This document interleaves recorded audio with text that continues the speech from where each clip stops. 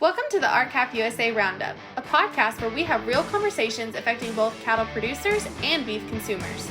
We're your hosts, Jaiden Moreland and Karina Jones. With that, let's get to today's episode. Here at RCAF, we've been working really hard on our outreach and communications efforts. Today we discuss the podcast, magazine, important convention updates and details, and more on this episode of the RCAF USA Roundup. We have a bit of a different setup today, as it's just going to be Karina and I talking about RCAF's outreach and communication efforts that we have put in place to keep everyone informed as to what's going on in the cattle industry. But before we get too far into it, it's been a while since we introduced ourselves. So Karina, give us a quick overview of who you are, what your position with RCAF is, and what you do. Thanks, Jaiden. I'm Karina Jones. I'm the field director for RCAF USA. And so what that brings me to do is I kind of connect our cattle producers to the organization. I work a lot with member outreach. My phone is always ringing. My email box is always dinging. And I'm just kind of a connector between cattle producers and wherever their information needs to go. Maybe I help them get in contact with their legislator or their regional RCAF director, or I take information to Bill or to the lawyers. So I'm just kind of the staff connector, I would say. Yes, and you help us with sponsorship. You are a good salesperson. And so we always are throwing you out saying, go sell this, go sell some sponsorships or magazine advertising, whatever it might be. But, and you also do a lot of fundraising too. I do. I enjoy being out with the people. So Jaiden, tell us about you and your position within RCAF and how that is kind of changing since you came on a year ago. It seems to change every day, I think. But I'm Jaiden Moreland. I'm from the Panhandle of Texas. I live south of Amarillo. And I'm the marketing coordinator for RCAF. I started about 2 years ago as just the intern, was doing a lot of social media work, and that has developed into, now that I graduated from school, I'm the full-time social media, magazine, podcast, convention. I feel like I'm missing something probably. There's a lot, and it kind of always changes. I do a lot of our graphics and kind of any marketing artwork we need, and I don't know, there's a lot, but I do a lot of just communications and keeping the communications front consistent, and but it definitely changes every week. It does. I can see that. Yes, it keeps me busy, but it's pretty fun. I like it. So Karina, you're from Central Nebraska, correct? Correct. Nebraska.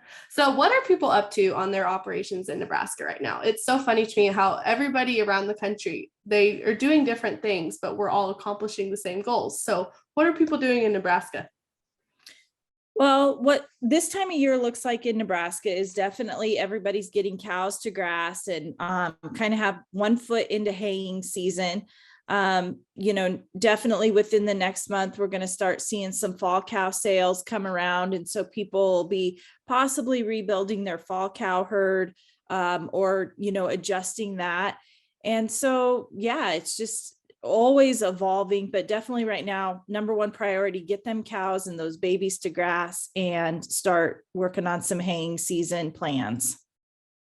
Yeah, we're kind of doing some similar stuff. We're definitely moving cows around to grass, and a lot of brandings happening, which is always a fun time of year, and tractors running. I think my grandpa just got done with cotton and he's planting milo right now. Are y'all getting rain? Did you say you got rain the other day?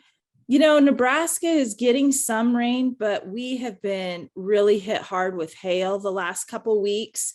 And so we've got a lot of crops, a lot of corn having to be replanted. And we really feel for those producers who have lost their first cut in alfalfa crop to hail. So there has been some damage that came with that moisture, and we're feeling those effects. Yep, that's how we finally got some rain, but we've been having really bad dust storms. My grandma sent me a picture. I live in town, and my grandparents live out, and so she sent me a picture of their windowsill after a dust storm the other day, and there was like half an inch of dust just sitting on the windowsill. So we're welcoming the rain gladly with open arms. Karina, part of your job as field director is just talking to people, seeing what they're feeling, experiencing, and then bringing that to us. And we kind of just see how we can adjust our strategies. So, what is the tone of the industry right now as you see it and as you've been hearing?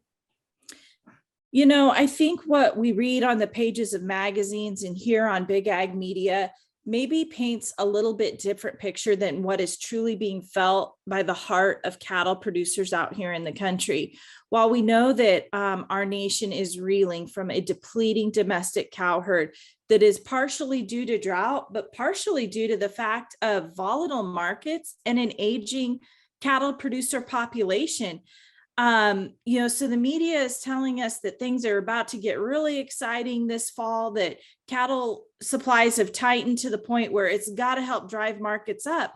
But we've been through this before. And what we tend to see, as we go forward with every, cycle that in cycles that really just don't even exist, is we watch as our government and importers replace our domestic beef supply with imports of foreign cattle and foreign beef. So I don't know that we can trust that the markets will strengthen this fall because of our tightened domestic supply, because the import game is playing such a bigger role than it ever used to, decades ago. And so I think I, can pretty accurately describe that we go forward with a lump in our throat, really wondering if this fall will be enough to cover the input costs of what we're dealing with right now. My girls just had to buy corn for their 4-H steers this week, and that corn cost them $8.40 a bushel at our local elevator. And so how can young kids, when they're paying their own feed bill like that, how can they even see a future for themselves in this cattle market when they're losing money on a couple head?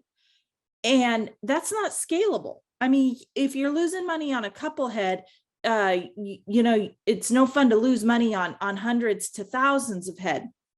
So I think that there's a lot of uncertainty. There's a lot of things that, unless we right this ship and getting our beef labeled to create demand for domestic cattle, that definitely concerns those of us out here in the country. Yeah, it's very frustrating. I feel like between, cost of fuel, cost of grain, everything just seems to be skyrocketing. And then feeding your own families. I mean, the bills at the grocery store are insane. And the fact that, what did we say? Imports are up are they up 40% or something from 2021, I think I read the other day. And imports from Brazil are up 200 something percent. And so I don't understand, like you said, how we're supposed to, improve this fall when we're importing record amounts of beef. Yeah, absolutely. The import situation has to be on the radar of every cattle producer, because it appears that our government and the system just wants to replace our beef with imported beef rather than helping us strengthen our own system so that we can feed our own people. It's definitely going to be a food security issue. Yeah. And it needs immediate attention. Yeah, food security, national security. I mean, it's a big deal, and I don't think people realize how big of a deal it is, but I feel like that time is coming of where they're going to start to really think about where their food is coming from. But kind of shifting gears into the bulk of our content today, we wanted to talk about outreach and how, RCAF has really shifted a lot in the past year, I feel like, on our communication platforms and a lot of different things in our outreach. And so one of those is this podcast. And so I would say, on behalf of both of us, I think it's been a pretty fun experience. And, we talked about creating this podcast a while ago. And I remember Karina saying that Brett, our now president's dream would be for RCAF to have a podcast. And at the time, I just don't think we were ready to take that on. I was still in school and just a part-time intern and didn't really have the time to dedicate to it. But we kind of just kept it in the back of our mind because we liked the idea. And then when I came on full-time, we were like, this is perfect. Let's start kind of getting it together. But I don't really think either of us realized what all went into it. It's been really fun to see the podcast grow and see the different phases of it and have all of our different guests on and learn from each of them. And I don't know, I really have enjoyed it more than I thought. What about you, Karina? Well, I really didn't know what to expect. And luckily, Jaiden, when she came on staff full time, brought this buffet of skills and strengths with her that we've been able to capitalize on. And so this podcast has been one of them. I was not ever prepared or did not have a vision for the diversity of podcast guests we would have on. And in the first, few months, we've had economists from Ivy League universities. We've had, cattle producers and RCAF directors to authors and investigative reporters and professors. And so I have learned a ton. What I have gained, the knowledge I've gained, the questions I've been able to ask these guests, I have just learned a ton. And it's really been a big blessing to my life to be able to tap into these people's knowledge banks. Yeah, I really enjoyed it because I feel like whenever we do see, like Professor Horton or Chris Leonard, we see them at like convention or an event or something of where we're running every which direction. So we don't have the time to sit and like have a conversation with them for more than 5 minutes. And so being able to sit and have 45 minutes of uninterrupted time with these guests and really get to just like soak in all their knowledge and industry expertise, and just it's been really fun to have these conversations. And like you said, I mean, I've learned more than I ever thought I would. I don't know, my favorite episodes I'm probably going to say are I probably want to say Professor Horton or Chris Leonard. What about you?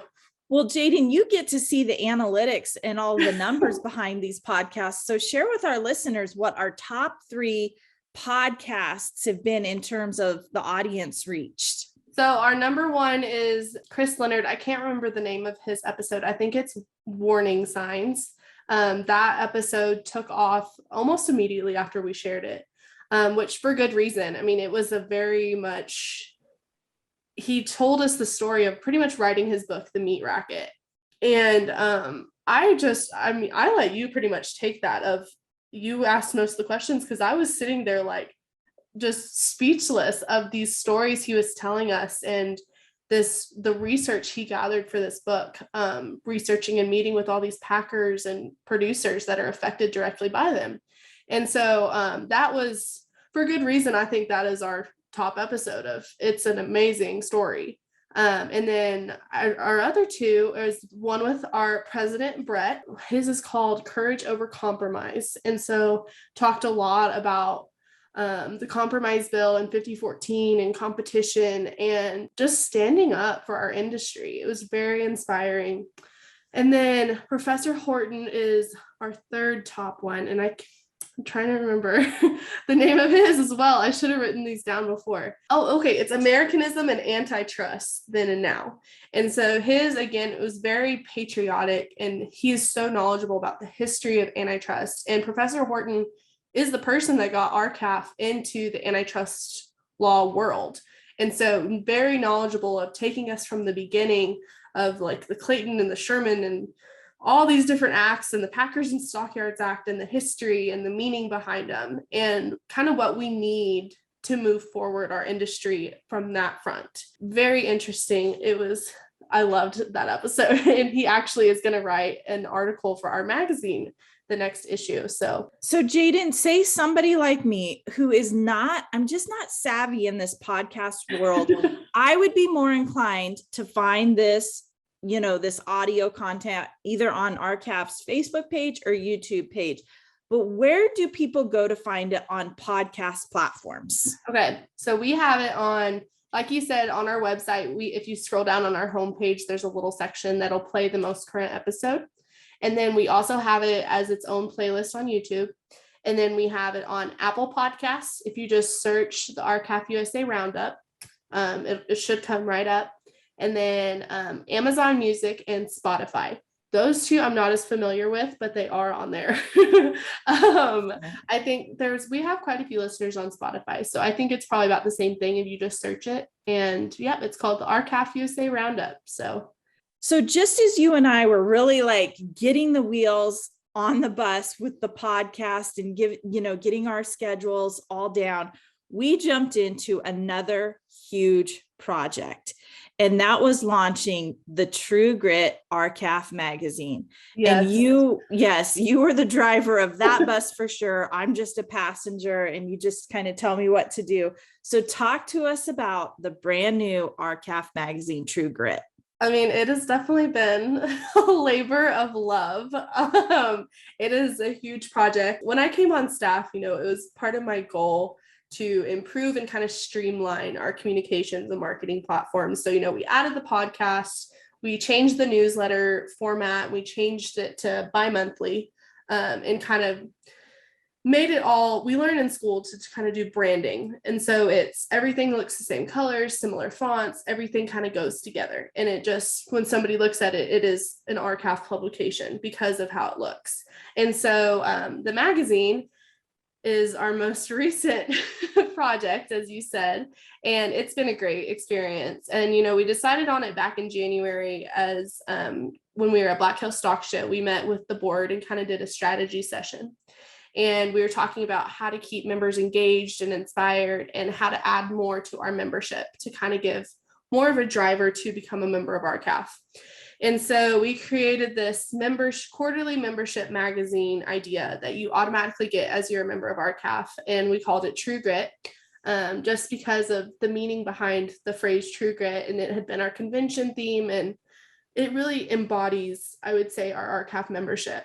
And so I didn't want the magazine to be super policy heavy because we get enough of that through the rest of our publications and communication stuff. And I wanted the information to be easy to digest and just kind of create a positive atmosphere and remind people why we're in this industry and kind of like reignite that passion of, remembering when they had their first calf of, wow, like this is a legacy and it's a great thing to be a part of, no matter the things that are going on in the industry. It's that why we ranch, why we fight. And I wanted to capture that in the magazine. And so the first issue, I believe most all of our members should have received it by now. We featured the Bledsoe Ranch out of Colorado, some founding members of ours that have always been super engaged and have a fantastic operation.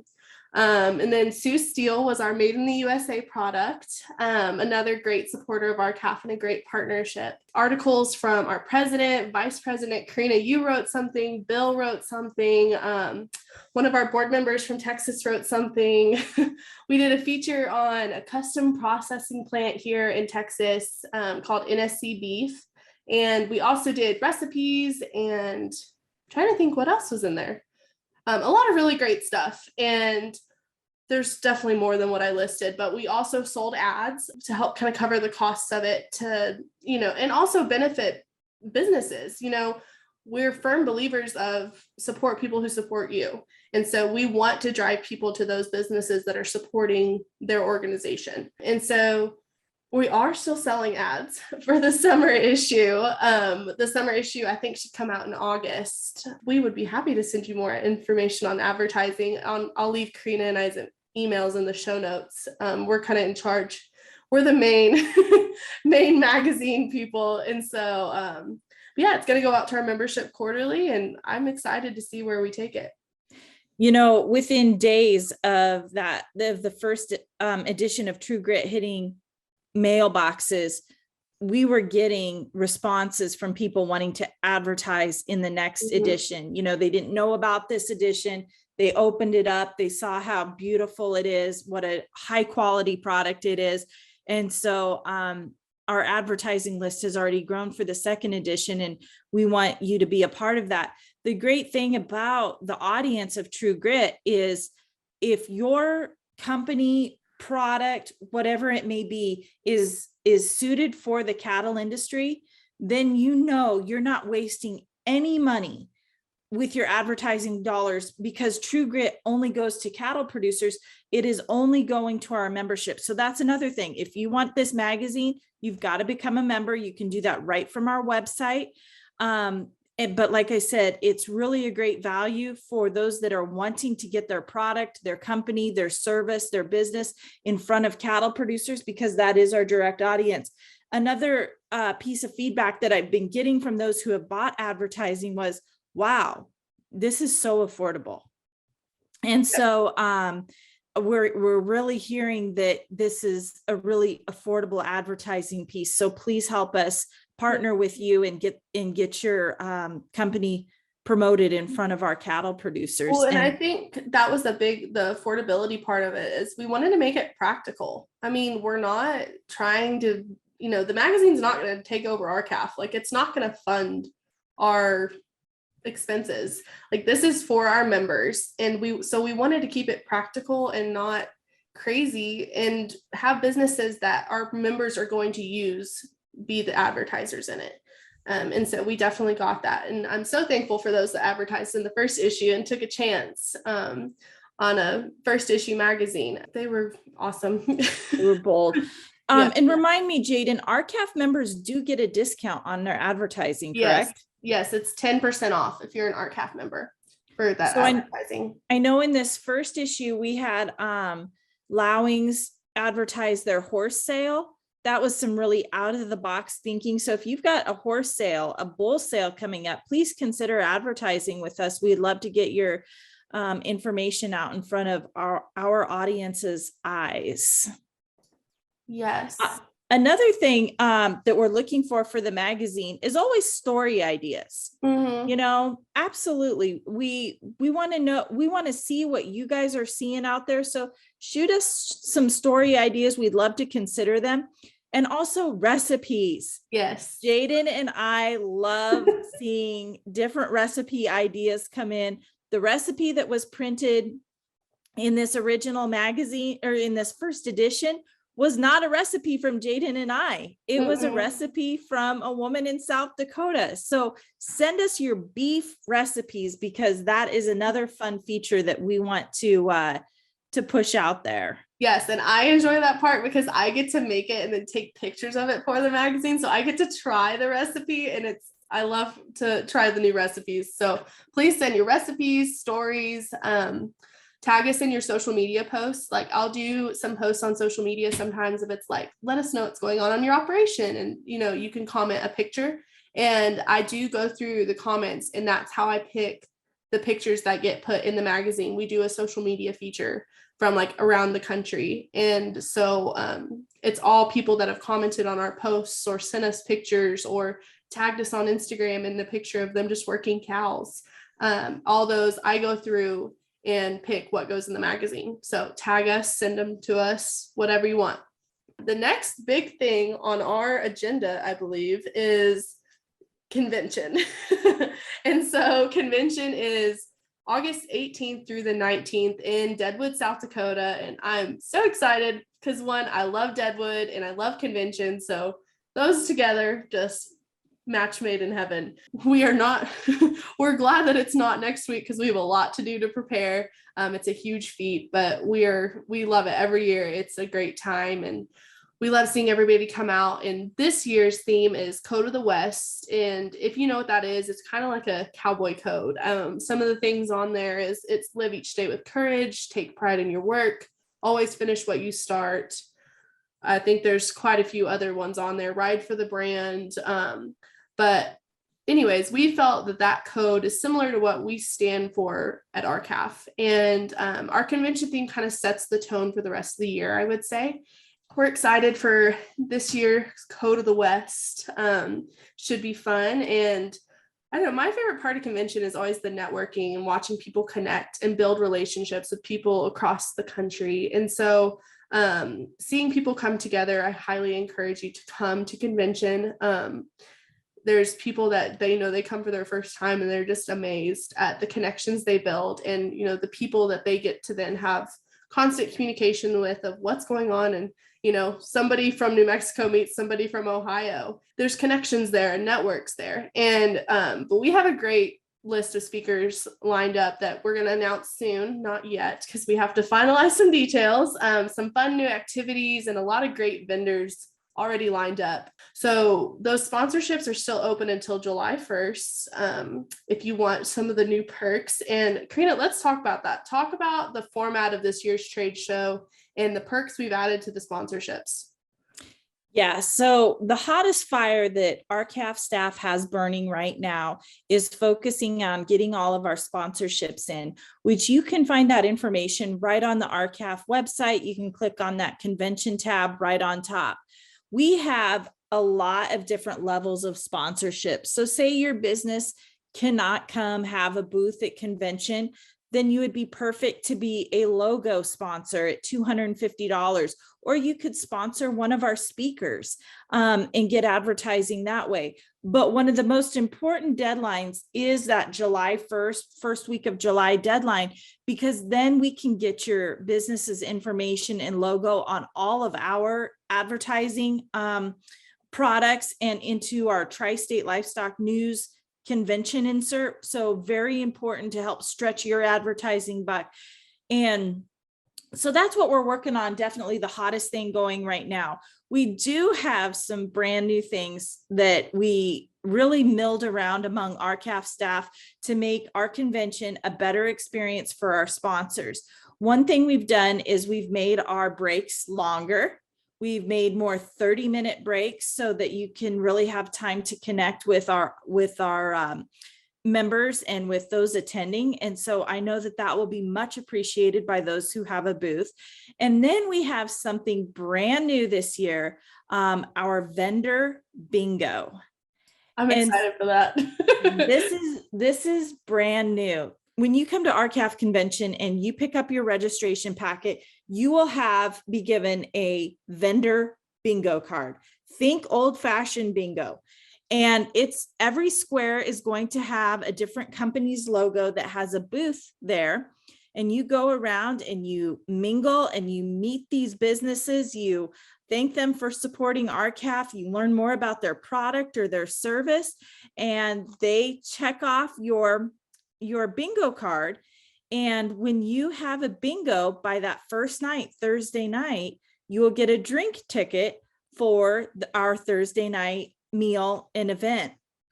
And then when you have a blackout during the 2-day period of the RCAF convention, you will be entered into some prize drawings. We're going to draw at the banquet. And I mean, these prize drawings, we're in the process of getting them secured, but they are going to be spectacular. Yes. And so I hope that this just really excites our vendors, that we are driving our membership to their booths with an activity. I hope that this creates some fun and some synergy for those that are in attendance. And we're just really excited about this new concept. Everyone loves bingo. So the other thing we're adding, so we added the vendor and affiliate breakfast. So we switched. Normally, those who have come to our convention before know we do a prayer breakfast, and normally that's on Friday morning, but we decided that Friday is a really long day between the early morning prayer breakfast and the banquet late at night. And so we switched to starting off our convention with the prayer breakfast on Thursday morning. We are not doing a property rights day this year. I should add, on Wednesday, we normally do property rights day, and we are not doing that this year. We just don't have the manpower to accommodate a third day of convention.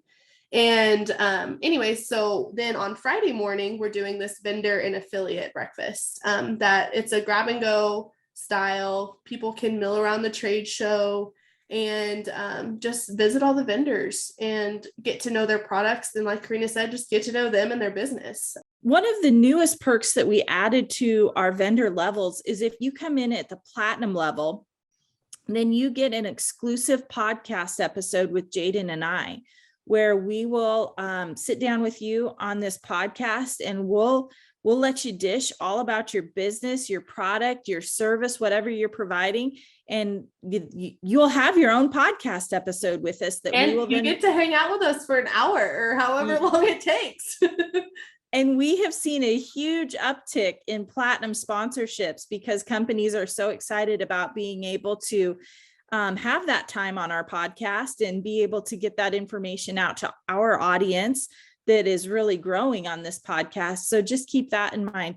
Once again, you can sign up to be a vendor, a sponsor, any of that, all on the RCAF website. And we encourage you to get that done here by the 1st of July, the first week of July, so that we can make sure that we are able to accommodate all of your advertising needs and get you in all of our materials. We're just going through our whole outreach of what's new. And so one of the biggest things I think that we have started was the No Rancher Left Behind campaign. And that came to us via Coy Young. And you've probably heard his name in the news recently. He testified on was it the Senate Ag Committee or the House Ag Committee? Coy testified in front of the House Ag Committee. Yes. And he told his story, and he talked about, the struggles of being an American rancher right now and how that takes a toll on mental health, and how he contemplated suicide. And then he brought forward the statistics that, most people in rural America, we don't talk about mental health and suicide. That's not a thing. But yet farming and ranching is the occupation with the highest suicide rates in the country. It might be in the world. I don't really know. I can't remember the exact statistics, but it's a big deal. And, RCAF, we fight for the whole independent rancher. And that means on this aspect as well. We created this campaign with Coy.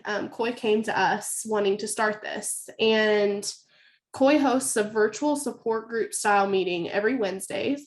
And you get on there and you just talk about, you don't even have to be an RCAF member. This is open to everybody.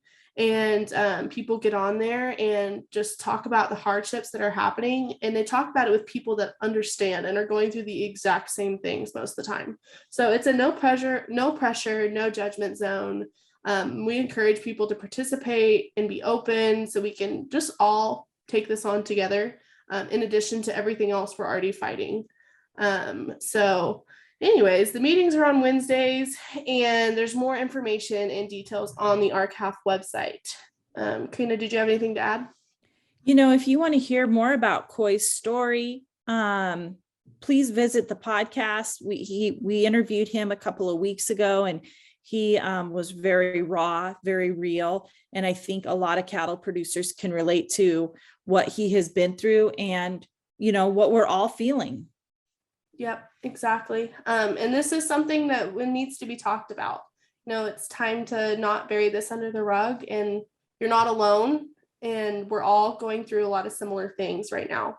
And so shifting gears, but anyways, yeah, on the RCAF website, there's more information. There's the Zoom link. All the information about that is on the homepage.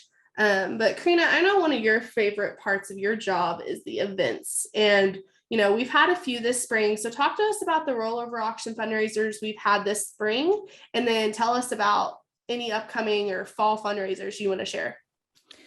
We have definitely just come off of our biggest RCAF rollover calf sale fundraiser campaign, probably that has been had in years.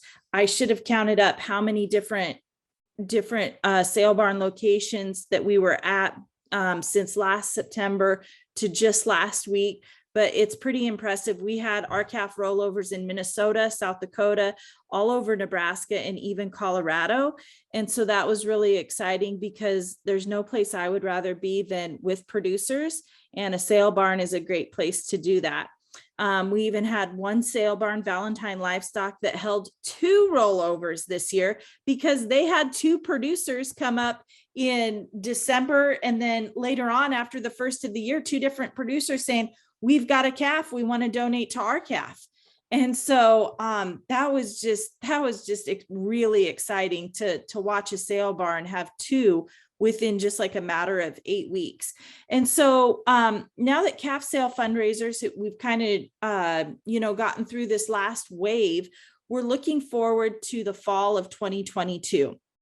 And we would love to, talk to you if you want to know how this works, want to set something up. If you have an animal that you want to donate, but you're like, I don't even know how to do this, that all you have to do is contact us and say, hey, I'm raising my hand. I have an animal I want to donate. It can be a bred heifer. It can be a calf. It can be a yearling. It could be a bull, whatever you want. It doesn't even have to be cattle. It can be, if you want to donate a horse, go for it. A llama, whatever. That's whatever right. you want to donate. We'll handle all the promotion and advertising on our end. we just, once we have somebody ready to donate an animal, then we jump in with our staff and our plan, and we get the word out there, and we get people there, and, just make it a really successful day. I want to, thank Multimin, who has partnered with us at a lot of these events and provided the cookies. And then I want to thank Vitalix, who has also partnered with us, and they provided whip flags at almost all of these RCAF calf sale fundraisers for anybody who donated over $250. So phenomenal support. It just feels like community when you've got the producers there, you've got businesses there, you've got a hosting sale barn there, that's stopping their sale for 30 minutes to raise money for an organization like ours. It just feels like community. And so, like I said, we're already looking ahead towards this fall and this winter. Please reach out to us. If you're a sale barn that says, I would love to host one of these, let us know, and we can look around our membership in that area and see if we can come up with an animal that can be donated, or help you find one in your area. So we just got to know where you want us, and we'll be there. So kind of walk us through, for those of us that have never, I've never even gotten to go to one. So kind of walk us through what that looks like what that day looks like from somebody wants to donate an animal, finds a sale barn, what happens after that? Okay, so when somebody raises their hand and says, hey, I've got a steer calf that I want to donate, then what happens is we work with the sale, wherever you're consigning your livestock, we work with that sale barn to get a day and a time on their books. And then as our calf staff, we send out a postcard invitation to all of our calf members in that county and the surrounding counties. And we use a printer local in your community. We find a business local in your community that we can support, and we print postcard invitations to send out to our RCAF members in the area. Then we send out an event notice 2 weeks prior to the event via email and social media, and then again 2 days prior to the event. And so we really help cover all the bases. I also work with the local newspapers and radio stations in that area and make sure that they are letting people know about this event. And that has created some really great media contacts, sometimes TV stations even show up at these fundraisers because they want to learn more about RCAF, or they want to see the wheels in motion of, such a community coming together to raise money to support, returning profitability to ranchers. And so the media latches onto these kind of events. So that's been really exciting. So then there's, it's pretty normal for somebody to say, hey, I can't be there at the sale that day, but I'd like to donate $1,000. And so when I go up on the block the day of the sale, or whoever's there representing RCAF, we usually already have some bids turned in of what some people want to donate, and that just really sparks momentum and fire. And then those auctioneers take it away, and some people may throw in $3,000, some people may throw in $300, or $50. Whatever you can afford is much appreciated. And it's just a really exciting day. And like I said, Multimin usually provides the cookies, and then we have whip flags from Vitalix, and we hope to continue those partnerships. And that's been wonderful. So the way that the money is raised, people bid like they're buying the animal, and it's auctioned off over and over and over and over again. Yep. It's kind of like just a constant cycle, I guess you would say, until bidding stops, right? Yep. And then once we've kind of expired the energy in the barn, and nobody else is, wanting to donate, we've kind of went through all the donators, then that producer generously donates the sale of that animal. So that animal might go back in on their big group of steers, and the sale barn just cuts our calf a check for the one head, or it may just sell separately. And in that case, the producer, once again, when the animal actually does sell, the producer is donating those proceeds to RCAF. Yep. And these fundraisers are so important to us. So at RCAF, we don't receive any money from the checkoff. We're entirely membership and fundraiser funded, I guess, and donation funded, I guess would be the right way to put that. And that's how we operate. That's how we have our staff members. That's how we're able to dedicate the time to these issues. And it's these fundraisers are important. And it's also an important just community of cattlemen getting together. And so moving on past that, we're excited to see who has fundraisers this fall. They're always a good time in the fall. And so another incredible partnership that I want to talk about today that has really evolved into something great is the partnership with the guys at Your Ag Network and Hot Barn Report. So Karina, talk to us about what you've been doing with them and kind of how this relationship has evolved. So I first met the guys at Your Ag Network, Monty James, specifically at an RCAF calf sale fundraiser at Bassett Livestock Market in, I think it was February of 2021. And he interviewed me. He was there covering the calf sale, like I said, local media likes to do. And he wanted to interview me about cattle industry issues. And so I sat down and had a great interview with him. And then a couple of weeks later, they reached back out to me and said that, they really liked my interview and that maybe we should work together. I should provide more industry content for Your Ag Network, specifically for their program, Hot Barn Report. And so then it just kind of blossomed from there. And I now am their guest broadcaster on Fridays on Hot Barn Report.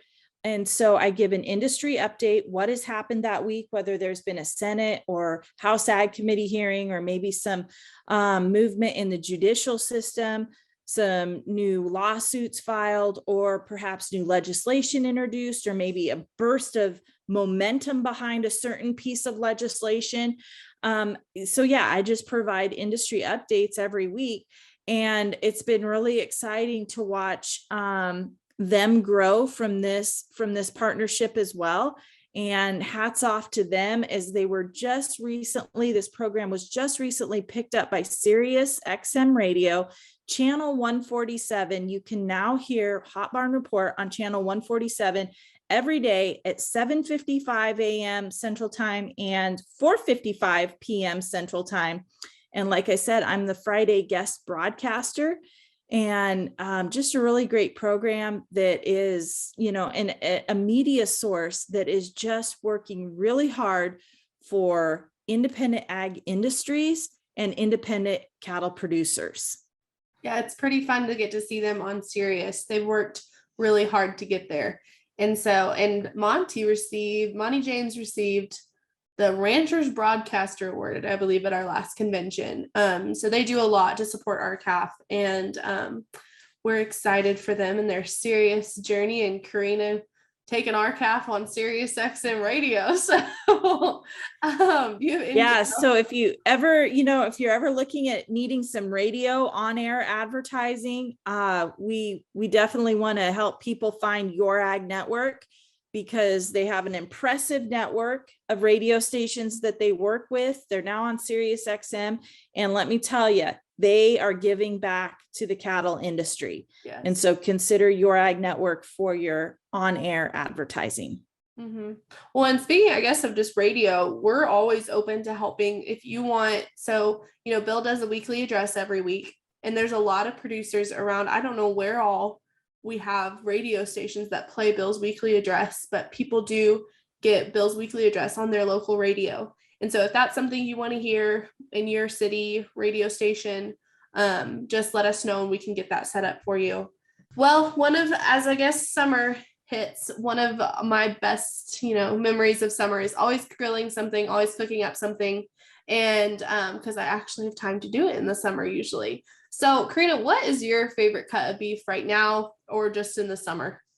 Okay, so one of my favorite things to cook in the summer is I throw a couple extra steaks on the grill whenever we're grilling steaks, so that I have leftover steak for the following day, because anybody that knows me knows I have a really big garden and I love steak salad.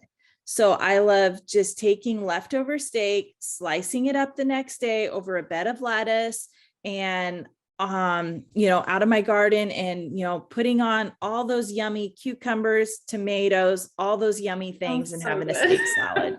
My mouth is like watering. I'm gonna have to go with, I've been on a big fajita kick, like a good flank steak, like marinated. I love fajitas, and so that's been kind of my summer go-to. And that I guess you could make into a salad too, like a fajita taco salad kind of thing.